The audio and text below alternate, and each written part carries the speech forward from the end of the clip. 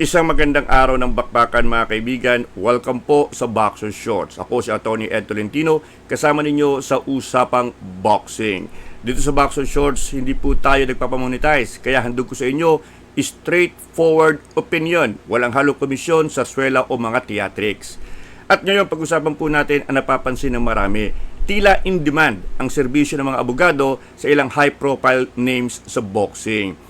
Alam nyo, hindi naman bago sa isang boksingero na kumuha ng serbisyo ng abogado. Pero usually, ito ay para sa kanyang mga personal na problema, mga issues na walang relasyon sa kanyang karera as a pro boxer.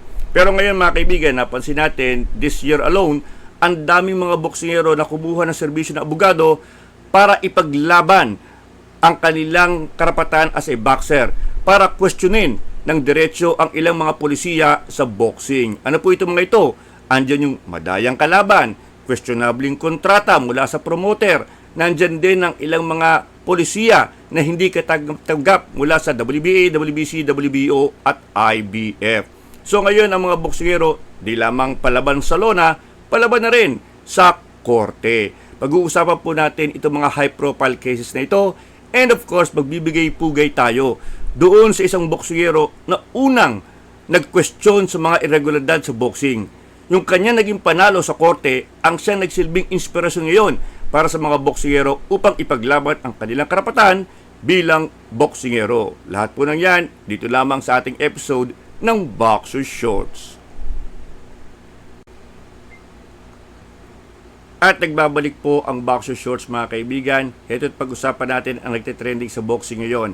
Napakaraming kilalang boksingero ang kumukuha ng serbisyo ng mga abogado para diretsahang questionin ang mga polisiya o irregularidad sa pro boxing.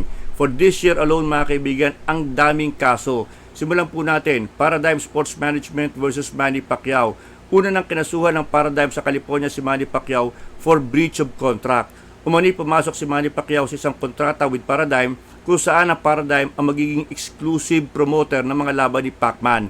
Pero in 2021 mga kaibigan, nang lumaban si Manny Pacquiao for a promotional company that is not Paradigm, nagkaroon ng anggulo ng breach of contract. Unang nanalo itong Paradigm Sports Management, ginawaran ng milyones as damages mga kaibigan. But ang desisyon na ito mga kaibigan ay binaligtad this year sapagkat lumalabas na wala namang palang lisensya o business permit sa California itong Paradigm during the time na siya nakikipag-negotiate with Manny Pacquiao for that promotional contract. So no license, no validity yung kontrata between Paradigm and Manny Pacquiao. So panalo si Manny Pacquiao sa second round, bagamat pwede pang iapila ng Paradigm Sports Management ang nasabing desisyon. Now, a few months later mga kaibigan, ang Amerikano si Devin Haney, sandamukal na kaso ang isinampa dito kay Ryan Garcia. Now, for the record, bugbog sarado si Haney kay Ryan Garcia for 12 rounds nung sila magharap last April for the WBC Super Lightweight o Junior Welterweight title na tangan-tangan ni Devin Haney. Ayun lamang, nabaliwala ang panalo ni Ryan Garcia sapagkat overweight siya, and pangalawa, nakitaan ng performance enhancing drugs yung kanyang katawan in a drug test. So, nanalipay. At ngayon mga kaibigan, itong si Ryan Garcia ay serving a 1-year suspension after paying a hefty fine also. So, sa kabila nito mga kaibigan, nagsampa pa rin ng demanda itong si Devin Haney. Sandamukal na kaso. Isa sa mga kaso is for battery. O ibig sabihin, assault o pambubugbog mga kaibigan. Ang argumento ni Devin Haney, kung hindi overweight itong si Ryan Garcia, kung hindi nag-take ng katiting na performance enhancing drugs, dapat sana hindi siya nabugbog ng ganung kasama. Medyo comedy po mga kaibigan, sapagkat ang boxing po ay bugbugan talaga. Hindi po ito Jack and Poy. Kung susundin nyo ang argumento ni Devin Haney, sana konting pagbubog lang, konting bugbog lang ang aking sinapel kay Ryan Garcia kung hindi overweight. Ganoon din, bugbog ka rin, Devin Haney. So nakakatawa po ito, mga kaibigan, pero tinan po natin kung paano re-resolbahin ng korte. And then, a few months later, ito namang si Dimitri Bivol ang kumuha ng abogado, mga kaibigan, matapos matalo kay Arthur Beterbiev sa kanilang bakbakan para sa undisputed light heavyweight championship of the world. Kontrobersyal ang desisyon, mga kaibigan, sapagkat many thought Bivol won, but still, many thought na tama lamang na ibinigay ang desisyon kay Beterbiev. Ano ito naman, humihingi po ng immediate rematch itong si Bivol. At yung mga abogado ni Bivol, mga kaibigan, sinulatan na ang WBC, WBA, WBO at IBF at ginigit na dapat manatili bilang mandatory o number 1 contender itong si Bivol. Para nga naman pa nag-rematch sila ni Beterbiev, nakataya pa rin yung 4 na corona ni Beterbiev, that the rematch will still be for the undisputed light heavyweight championship of the world. Maaaring magkaroon po ng problema mga kaibigan sapagkat ang IBF ay tutol sa isang immediate rematch.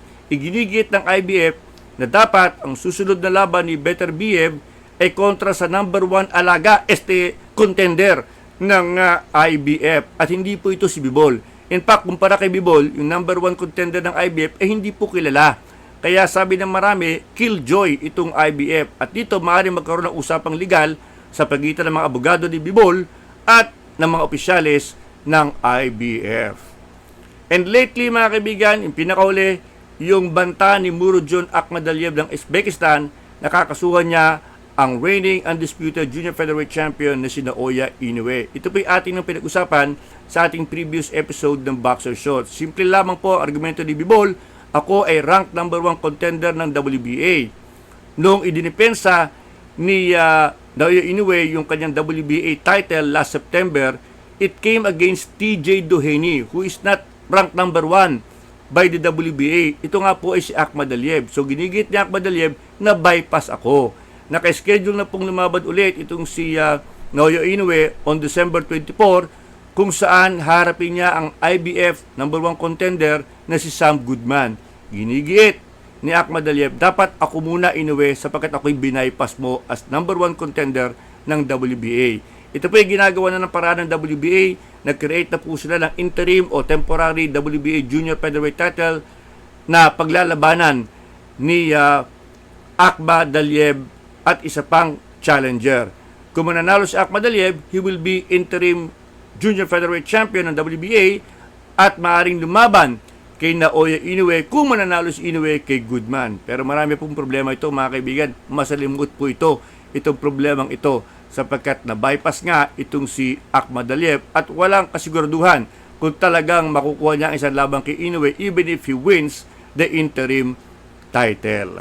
Yan po ang ilang mga kaso mga kaibigan. Ang dami po kung saan ang boksingero ay diretsahang kine-question ang mga polisiya o irregularidad sa pro boxing.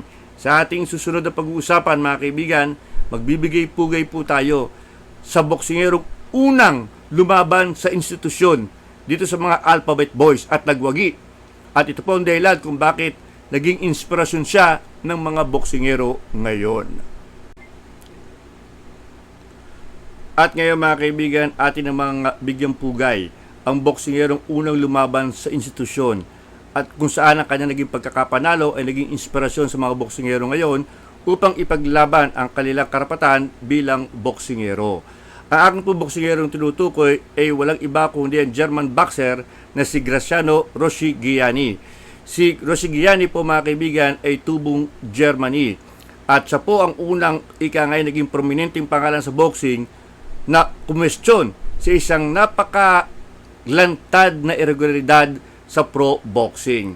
Noong 1998 mga kaibigan, tinalo po ni Graziano Rossi-Gianni ang Amerikanong si Michael Nunn para sa WBC light heavyweight vacant title. Bakante po ang titulo na ito sapagkat nirelinquish po ni Roy Jones Jr. ng Amerika ang nasabing titulo. Pero ito problema mga kaibigan. After vacating the WBC light heavyweight title, itong si Roy Jones nagdalawang isip at sinulatan ng WBC na pwede ba, nagbago na ang isip ko, ibalik mo na sa akin yung aking WBC light heavyweight title. Ito namang si Roy Jones, di hamak na mas sikat kaysa kay Rossi-Gianni. So ang ginawa ng WBC, kinausap itong si Graziano Rossi-Gianni at sinabing, Graziano, typo error lang yung pagiging WBC light heavyweight champion mo. I-reinstate namin si Roy Jones Jr. bilang WBC light heavyweight champion. Typo error ka lang, hindi ka talaga champion, sabi ng WBC. Nagreklamo po si Rossi-Gianni sapagkat sabi niya, akin ang titulo, bakante yon, binigay niyo sa akin nung talunin ko si Michael Nunn. Bakit ngayon sinasabi niyo typo error? Nagdemanda po siya sa New York at siya po'y kinatigan ng huwes. Sabi po ng huwes doon, there is no question na nung naglaban si Michael Nunn at si Rossi-Gianni in 1998, ito'y inadvertise ng WBC as a battle for the vacant WBC Light Heavyweight Championship. So talagang ikangay na prejudice o nagkaroon ng damios perwisyo itong si Rosigliani nang siya'y tanggalin at sinabihan ng WBC na typo error lang yung pagiging champion mo at i-reinstate na namin si Roy Jones Jr. Nagdemanda si Graciano at siya po'y nanalo. Binigyan ng award ng 31 million dollars sus Ginoo na knockdown ang mga opisyales ng WBC sa laki ng award na binigay ng korte dito kay Graciano, mga kaibigan.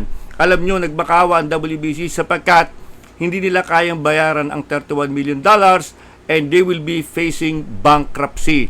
Nung una, hindi pumayag si Rosigliani pero eventually nagkaroon po ng settlement at nagkaroon ng compromise amount.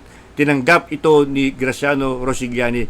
Kung hindi tinanggap ni Rosigliani, wala na pong WBC organization ngayon sapagkat sigurado bangkarote ang WBC. Hindi nila kayang bayaran yung 31 million dollars. So ayan mga kaibigan, Graciano Rosigliani, siya po ang una nagpakita ng tapang at nilabanan sa korte ang WBC at nanalo po siya, mga kaibigan.